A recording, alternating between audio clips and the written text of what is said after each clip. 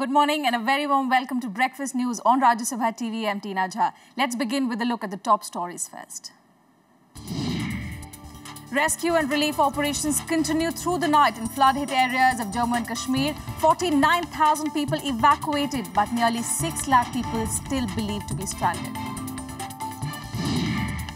Malaysian Airlines flight MH17 broke up in mid-air after being pierced by flying objects. No human error, says a preliminary Dutch report into the crash. US President Barack Obama briefs congressional leaders on plans for a military campaign against the Islamic State. A concrete roadmap is expected later tonight. And the most awaited event of the year for technology freaks, Apple unveils its iWatch and 2 new large-screen smartphones.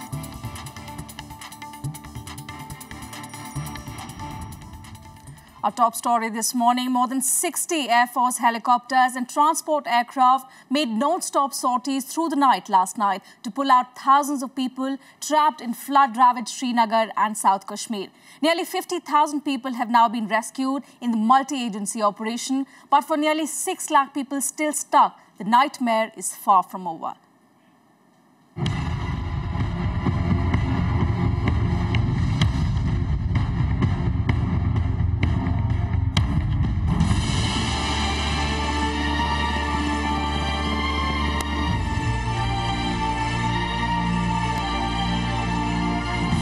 Multi-agency rescue efforts are underway in Jammu and Kashmir to rescue lakhs of people trapped in flood-ravaged areas.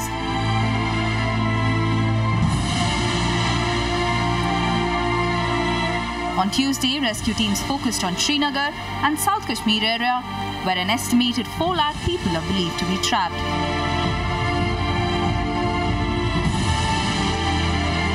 Two more units of Army and NDRF have been airdropped in Udhampur, where 30 people are missing after a landslide hit the area. पूरा गांव जिसमें करीब 22-23 घर थे, वो सारा गांव जो है स्लाइड होने की वजह से मलबे डेब्रिस के नीचे आ गया और इसमें करीब 13 लोग तो उस समय बच के जो निकल चुके थे. बाकी फिगर 38 जा रहा है, जिसमें 7 लोगों की डेड बॉडीज तो हम रिकवर कर पाए हैं और कुछ कटे हुए आर्गन्स एम्पुटेटेड पार्ट्स भी मिले हैं. With the weather clearing, 61 Air Force choppers and transport aircraft have made non-stop sorties through the night and this morning to carry men, equipment like boats and cutters and relief material including medicine and bottled water. आज army ने rescue करके निकाला. उन्होंने helicopter से पहले हमें help किया, rescue किया और फिर यहाँ पर अपने क्राफ्ट से हमें दिल्ली भेज रहे हैं वो लोग. तो it's really army has done really wonderful job. हम राजबाग में होटल मैनेजमेंट कॉलेज में फंसे हुए थे. पहले थोड़ा थोड़ा पानी आ रहा था, फिर पानी देखते देखते 20-22 फुट पड़ गया. फिर हमें खतरा लग रहा था, फिर हमने कॉलेज की छत को उखाड़ दिया, फिर जाके छत पे बैठ गए. फिर एक हेलीकॉप्टर आया, हमें इसको गया और यहाँ पे ले आया. दिल्ली जाना है हमें. As we speak, operations are still on in the valley. In certain cases, in some of the cases, we have had to slither down our Garud commandos onto the rooftop, and they had to dismantle the roof and evacuate people who have been stuck on the top floor of their houses. Air India has deployed 2 airplanes for rescue operation. Civil Aviation Ministry has set up a team under Cabinet Secretary to help people in the state. We have come up with a plan that we will put 2 planes to start with to evacuate the people from Kashmir, and those planes are ready, the crew is ready, the cabin crew is ready. As soon as these people are available at the airport and are ready to be transported, Air India planes will take off. Crucial to the rescue operation, road and telecom links were partially restored on Tuesday. Army said that Jammu and Kashmir National Highway, which links the valley to the rest of the country, has been reopened. BSNL also launched an operation on a war footing with Army and IAF to restore mobile services through satellite network. The situation in the rest of Jammu belt has stabilized and the focus is now on providing relief material on the ground. With inputs from Pranam Goswami and Rajkamal Rao, Bureau Report, Rajya Sabha TV. For more information on the flood situation in Jammu and Kashmir, the centre has come out with helpline numbers. Here are the flood control room numbers set up by the government, the numbers being displayed on your TV screens.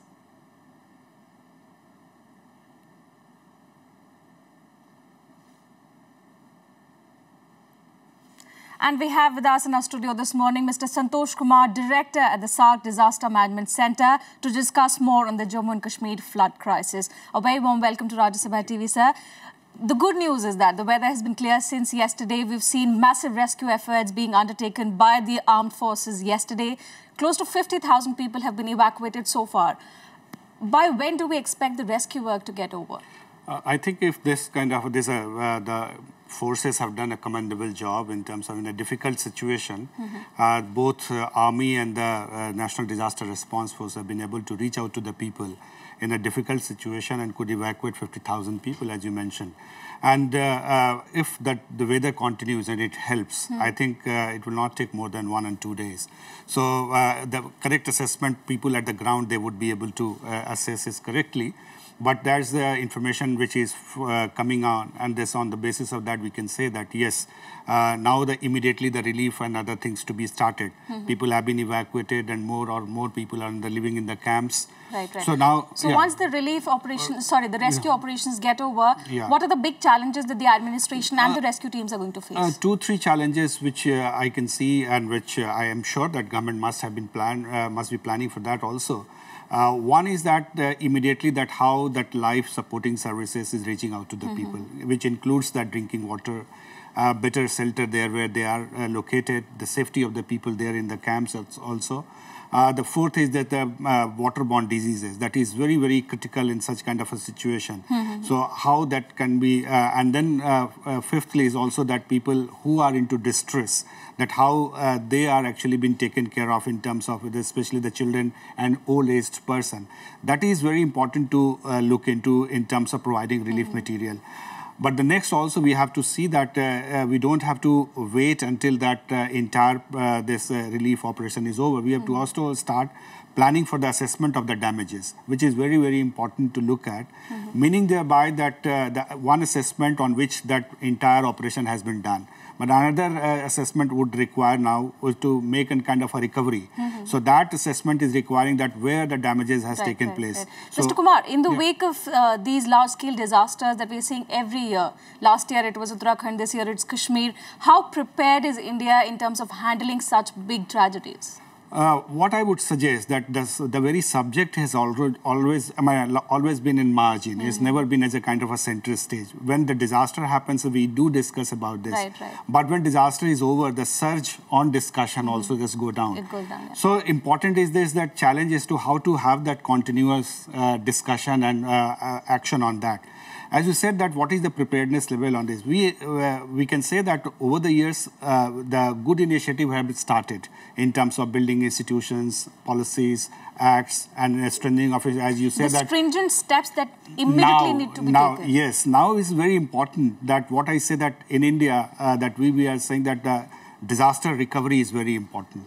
And in terms of the preparedness, what we see is that we don't see that holistic kind of holistic meaning thereby we have to have our warning system to be strengthened.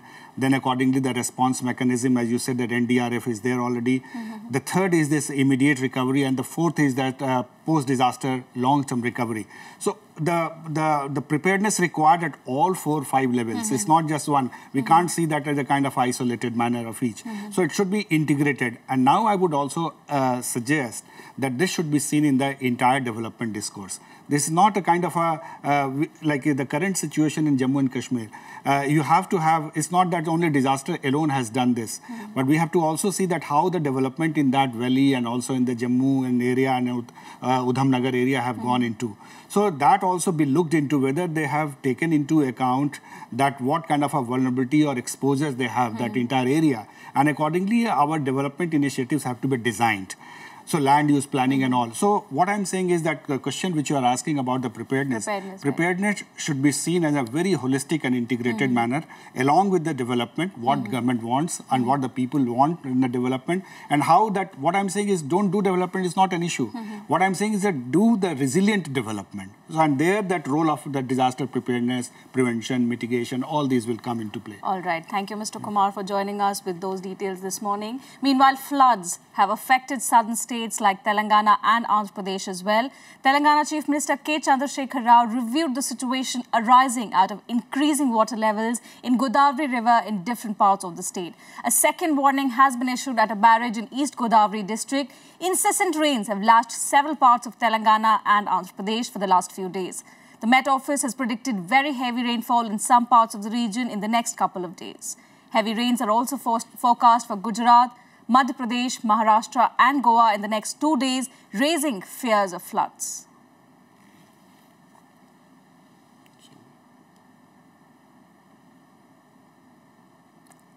And with that, we'll slip into a very short break here. Still to come, the schedule for Chinese President Xi Jinping's India visit is in place. That and much more on the other side. Keep watching Breakfast News.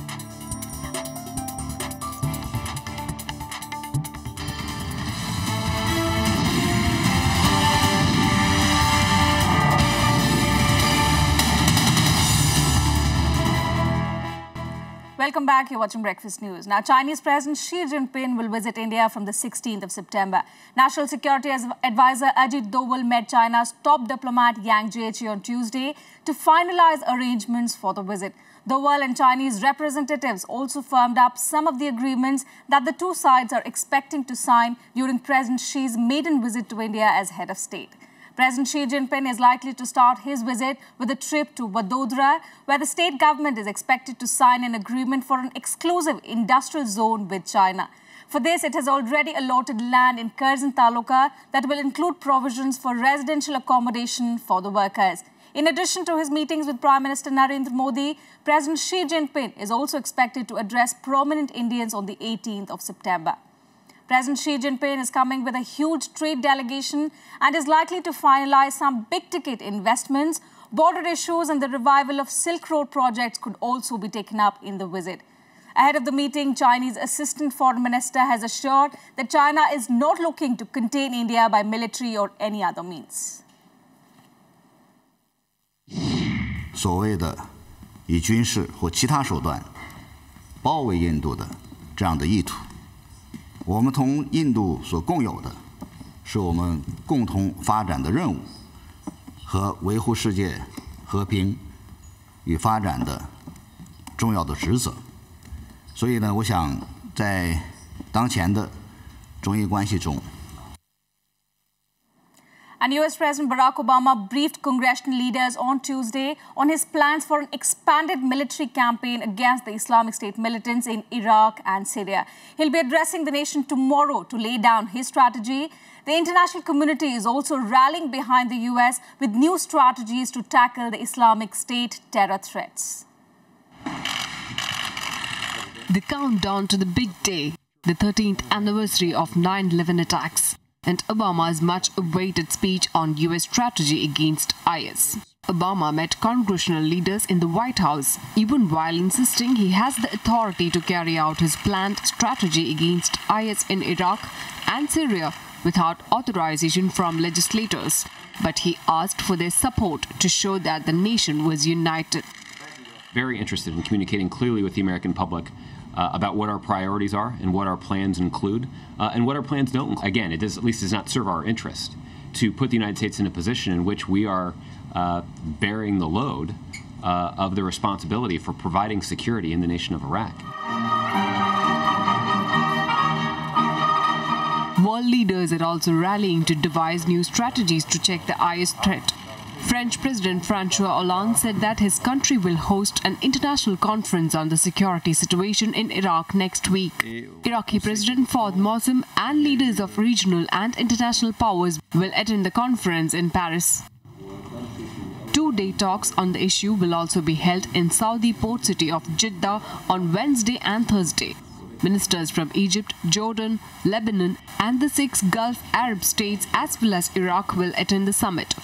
US Secretary of State John Kerry is also expected for the talks. Conseil de l'OTAN, il y a eu l'amorce d'une alliance qui devra se faire dans les prochains jours.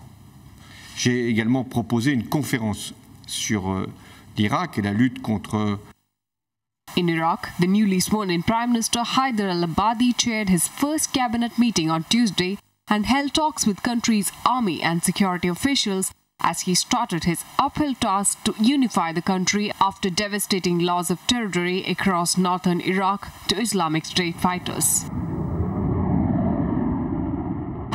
Even as the international efforts are on, fighting continues in various parts of Iraq. A fresh video shows Shiite militia making advances against IS in parts of Tikrit. They said that they were fighting to secure the area around Samarra, where Shiites have sacred shrines. Bureau Report, Rajya Sabha TV. A preliminary report into the crash of the Malaysian Airlines flight MH17 has ruled out technical fault or the actions of the crew for the disaster. Instead, it has suggested that objects penetrating from outside caused the mishap. Here are the details. High-velocity objects broke up MH17 is the conclusion of Dutch investigators probing the crash of the Malaysia Airlines flight over eastern Ukraine. The Dutch Safety Board has ruled out technical or human error, but says it is too early to say if a missile was fired. The damage observed in the forward sections of the aircraft appears to indicate that the aircraft was penetrated by a large number of high-energy objects from the outside the aircraft. It will take at least almost a year before we come to a final report. The report comes just days after a ceasefire backed by Kiev and Moscow came into force on Friday.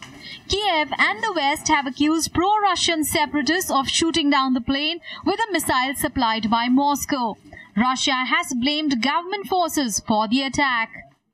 En toch moeten we oppassen voor te snel getrokken conclusies. Nederland geeft leiding aan alle onderzoeken. Stap voor stap werken de deskundigen richting onweerlegbare conclusies. The Boeing 777 was blown up mid-air on 17th of July over rebel-held territory in eastern Ukraine, killing all 298 passengers and crew on board.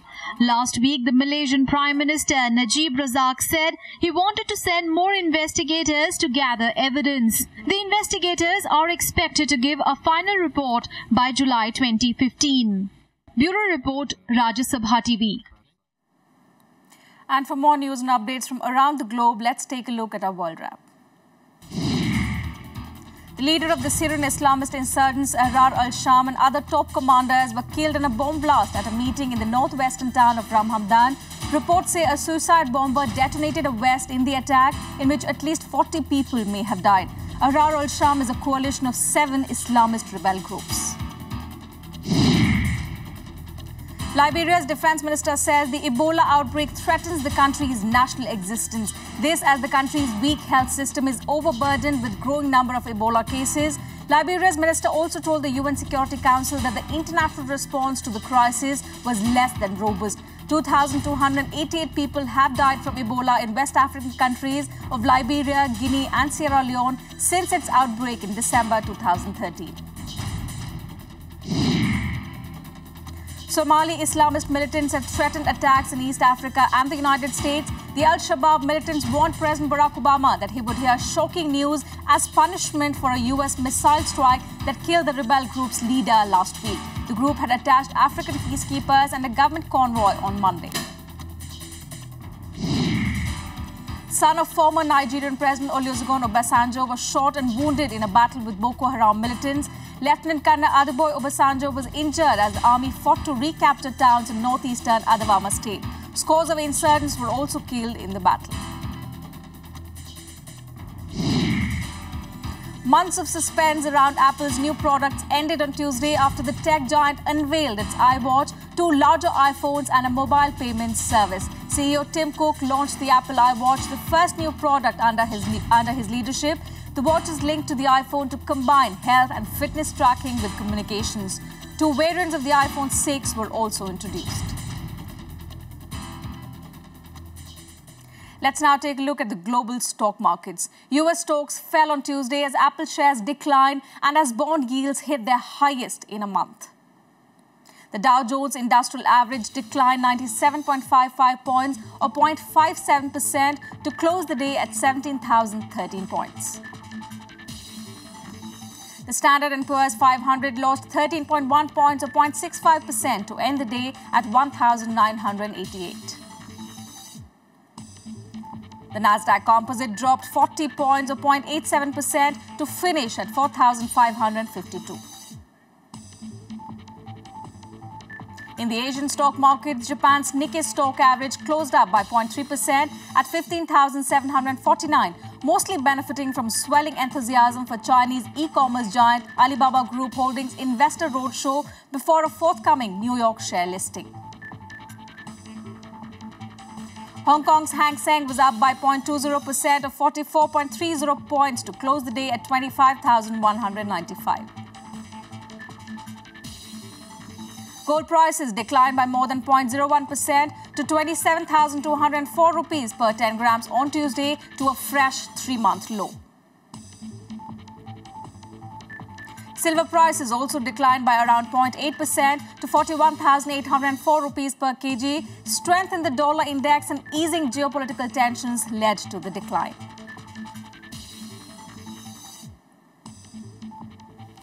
We'll take another short break here. There's all the sports news still to come. Don't go away.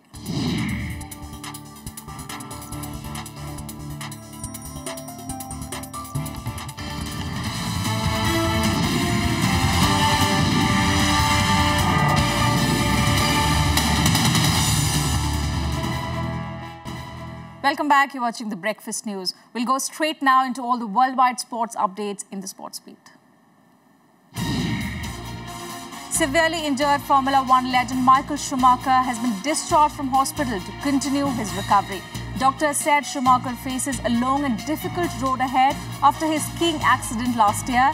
In a surprise announcement, a spokeswoman for the family of the retired German racing star said he was being moved from a top-notch hospital in the Swiss city of Lausanne to his home in nearby Glaun. The 45-year-old slammed his head on a rock while skiing with his son and friends in the French Alps in December.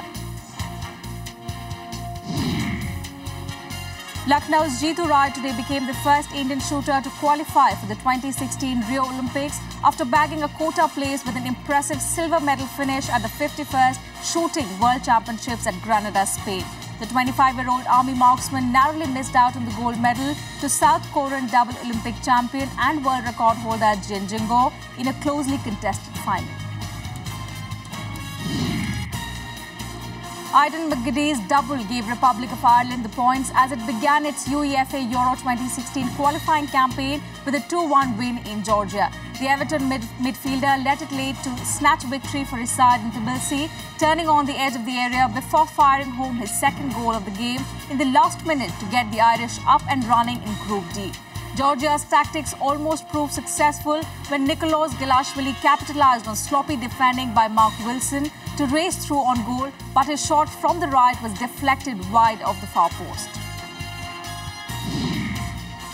American Billy Horschel held off late charges from Sergio Garcia and Bubba Watson to capture the BMW Championship and claim a strong chance to win the US PGA playoffs.